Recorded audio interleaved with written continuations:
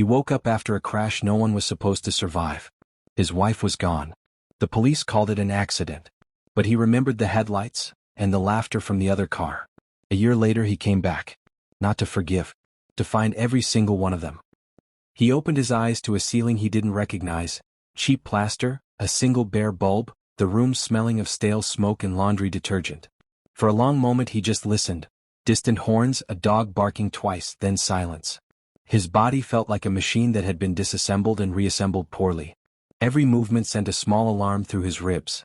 He found his name on a paper towel someone had left on the sink, Ethan Cole. He ran his fingers over the hospital wristband still printed with faded letters in his mind, and the memory arrived again, sharp as glass. The howl of tires, the flash of chrome, the sudden bright bloom where the road became light and then nothing. Lena's face in the passenger seat, the last thing he saw alive, and then a laugh that wasn't hers, a cold, bright laugh coming from another car's open window. He tasted metal and something sweeter that could have been perfume or the breath of someone who didn't care. They told him he was lucky. The officer who visited in a spotless suit called it a hit and run. Driver fled the scene, likely drunk, likely unlicensed, the report said. A truck. An unfortunate convergence of speed and wet pavement. The patrolman patted his shoulder in that way people do when they want to be kind and finished the sentence as soon as possible. He left Ethan with forms and a cardinal rule: accept the narrative. Move on. Close the file. But move on is a thing people say when they don't have to carry the weight of the night. Ethan tried to be the man they expected. He went back to the small garage where he'd fixed engines and mufflers for years, opened the roll-up door, and let the smell of oil and solvent and cold metal fill him. Work was something you could measure, bolts tightened, belts replaced, timing adjusted. For a while it steadied him. The machines listened. They did not lie. He slept poorly. He woke with dream echoes. The same headlights, the same laughter. He tried to hand the memory over to the professionals. A counselor called it trauma. The police called it unreliable. The lab that handled the car's black box said that the device had become unserviceable between recovery and analysis. It had been logged in, cataloged, and then, somewhere between impound and evidence locker, it had vanished. A clerical error, a misplaced item, the sort of thing that disappears when someone with influence wants it to. A man named Ward found him in a clinic waiting room 3 months after the funeral. Ward had the posture of an old detective. Slow, careful, with eyes that had learned to read more than people expected. He told Ethan he'd been on the initial case until they pulled him off. He said it like it was a fact of weather, inevitable, indifferent. The black box disappeared, Ward said. That doesn't just happen. Not without help. Ward pushed a grainy traffic cam still across the table. 2 cars. Ethan's, a dark blur spinning toward the guardrail. A second vehicle, a black sedan with tinted windows, paused in the frame long enough for it to be noticed. A human presence, not a reckless truck. The image was small and fuzzy and monstrous because of what it suggested. Ethan memorized the plate. He memorized the shadow cast by the tinted windows. Ward named a man associated with the license. Damien Voss, a name like a key in the city. Developer, donor, man who sat at tables with men in suits and smiled for cameras. You don't touch people like him, Ward warned. They don't get touched. They buy the world's patience. Ethan went home and did not sleep at all that night. He sat in the dark and let his grief and his anger braid into something practical. If the world wouldn't give him truth, he would go get it. He hadn't expected vengeance to be slow and patient. He'd thought it would be a single, bright thing. But truth, he learned, rarely explodes. It corrodes. He sold his tools. He sold the boat he'd kept in a shallow berth, things that held memories like pockets. He sold the watch Lena had liked on him. The money went into a van that looked like any other work vehicle but had room in the back for boxes of maps and a folded cot.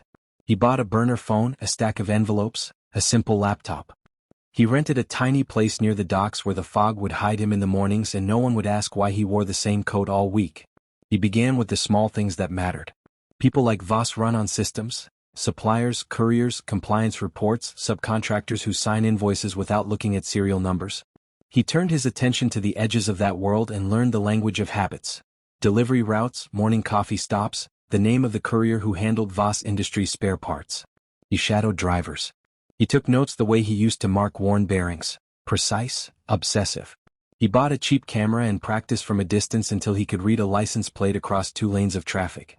He loitered outside a coffee shop where a man in a pressed suit ordered the same latte every morning, black with 1 sugar. He learned the license plate of the man who parked 2 spaces over. He learned that the man in the suit sometimes left in a black sedan with a sun-faded dent along the rear fender. The dent would be a clue. A dent is a fact that survives a man's PR team.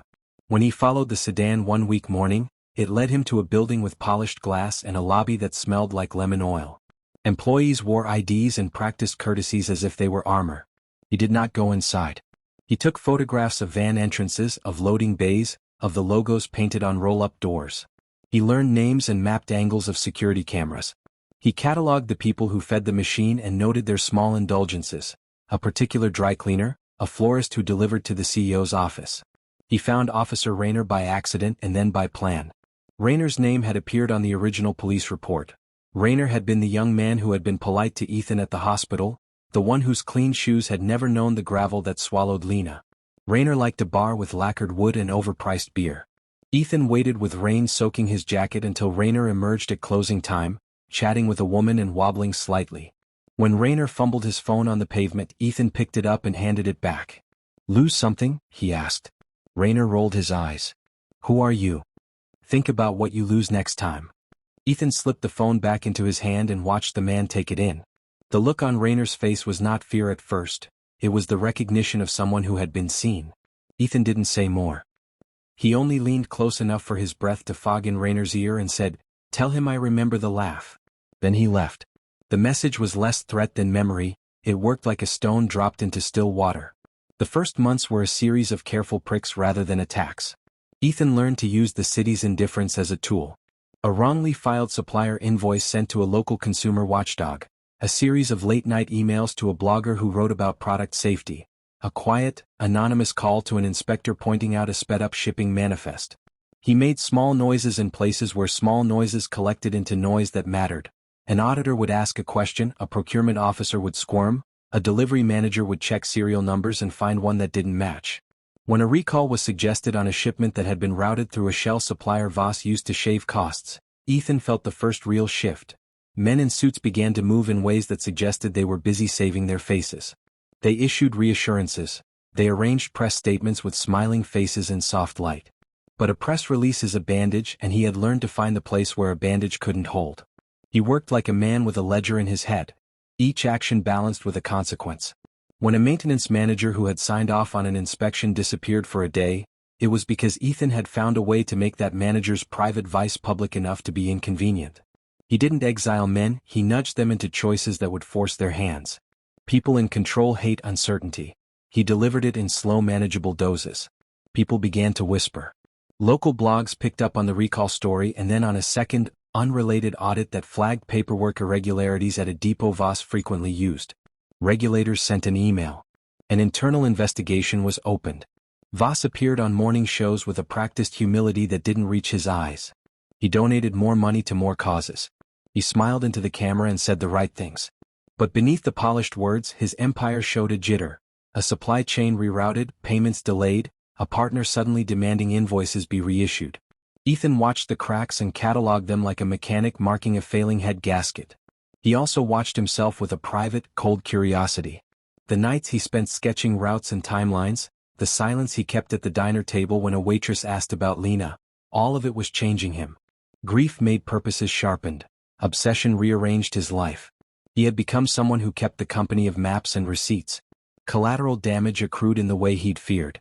A young delivery driver he'd once bribed for a license plate photograph was picked up and roughed for an unrelated charge after a scuffle at the depot.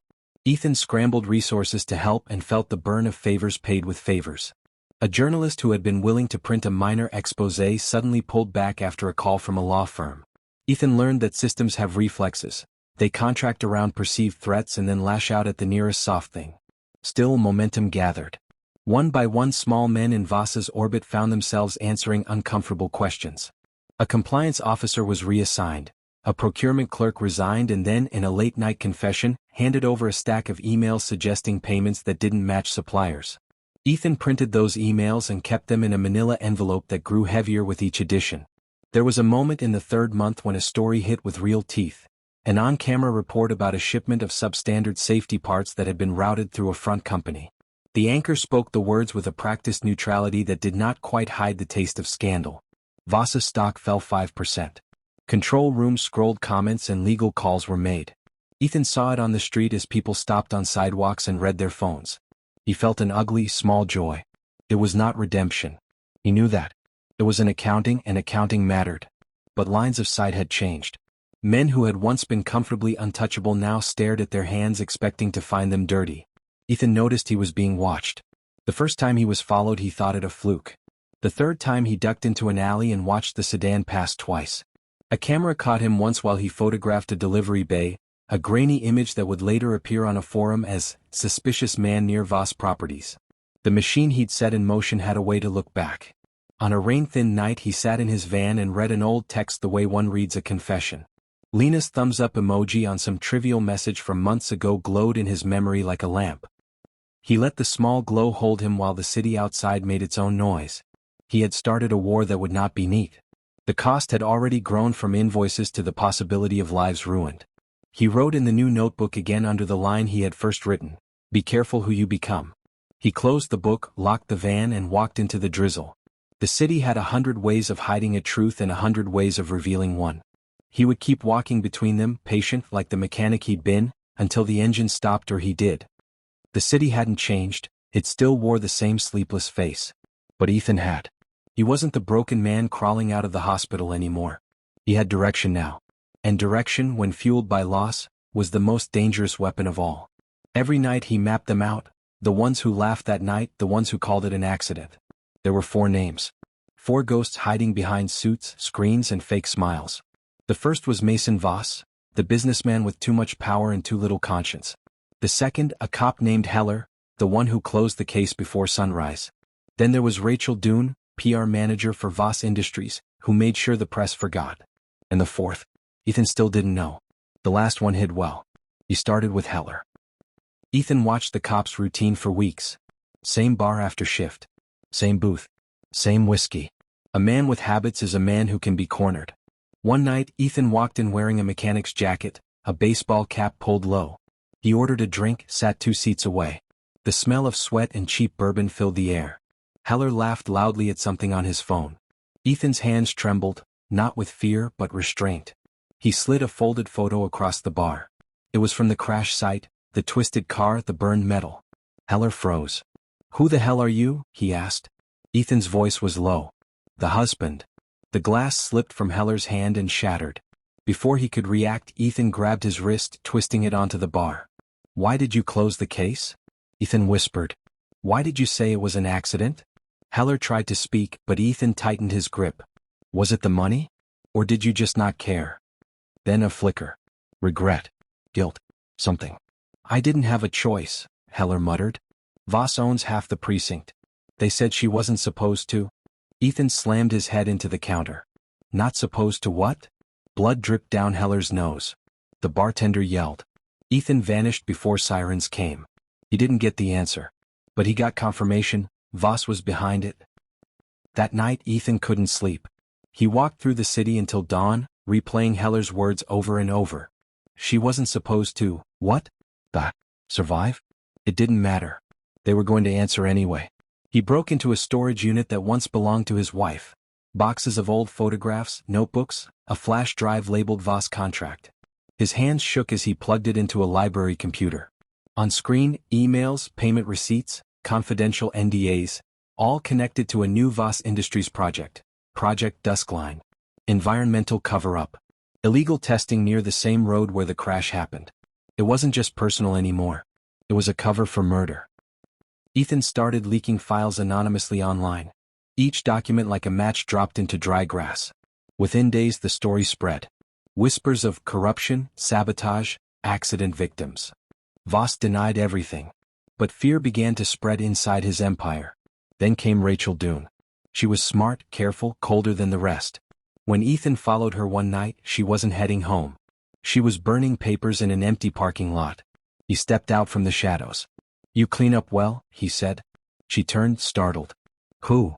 "The husband," he said again. Recognition flashed in her eyes. "You shouldn't be here."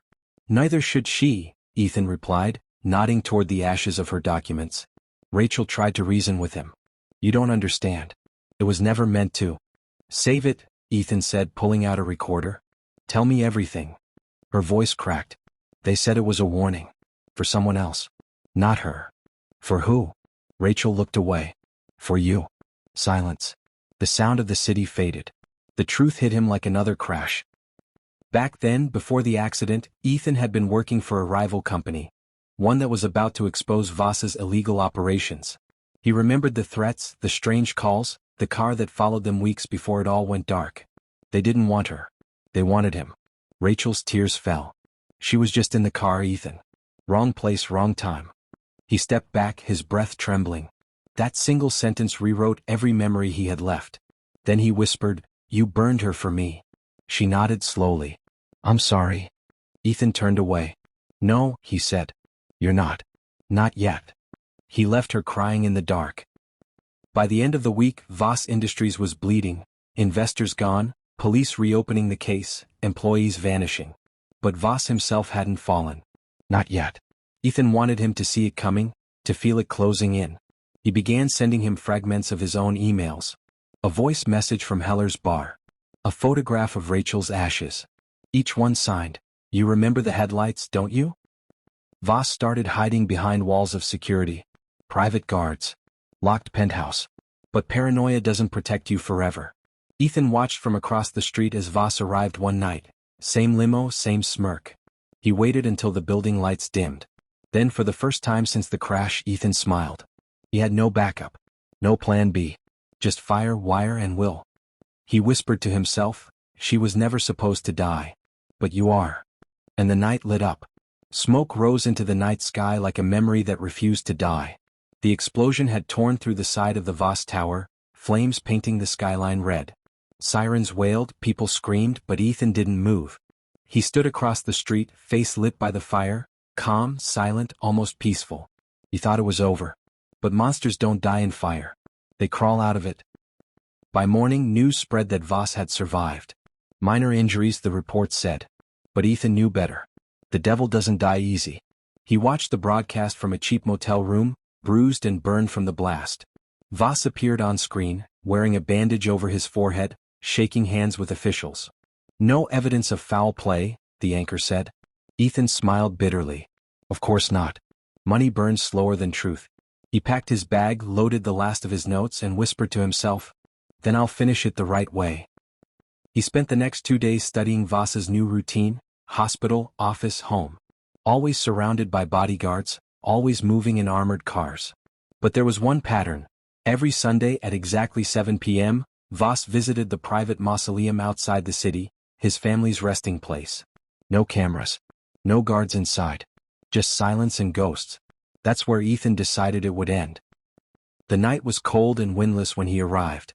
He walked through rows of stone angels and marble crosses, flashlight dim, footsteps echoing like heartbeats. The mausoleum stood alone on a hill, white, perfect, untouchable. Inside, candles flickered along the walls.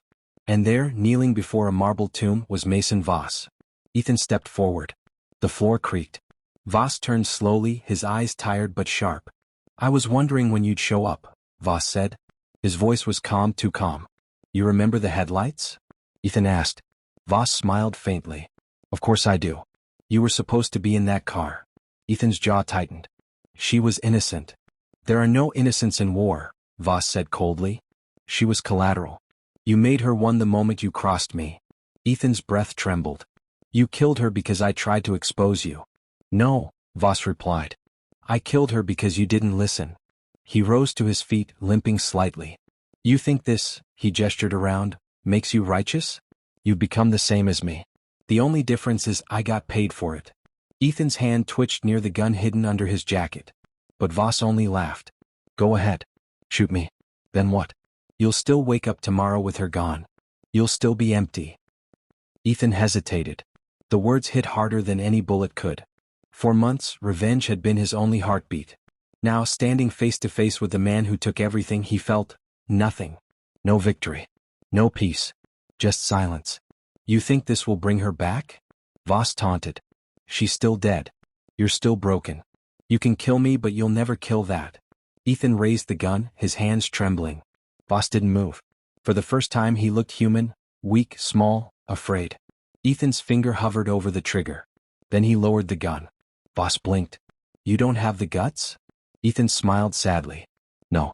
I just realized something. What's that? I don't need to kill you. You've already done it to yourself. He turned and walked away. Outside, the sirens were already coming. The anonymous leaks Ethan had sent earlier were finally catching up to Voss. Every crime, every payoff, every cover-up, now public. He stopped at the top of the hill and looked back at the mausoleum one last time. Inside he could hear shouting. Then the heavy sound of police boots. Then silence again. For the first time since the crash, the night felt still. Ethan dropped the gun into the river below. The water swallowed it without a trace. He sat on the grass looking up at the stars. For months he dreamed of this moment, the revenge, the closure. But what he found wasn't triumph. It was freedom, quiet, fragile, and real. He whispered to the wind. She's gone, but I'm still here. And somewhere deep inside that was enough.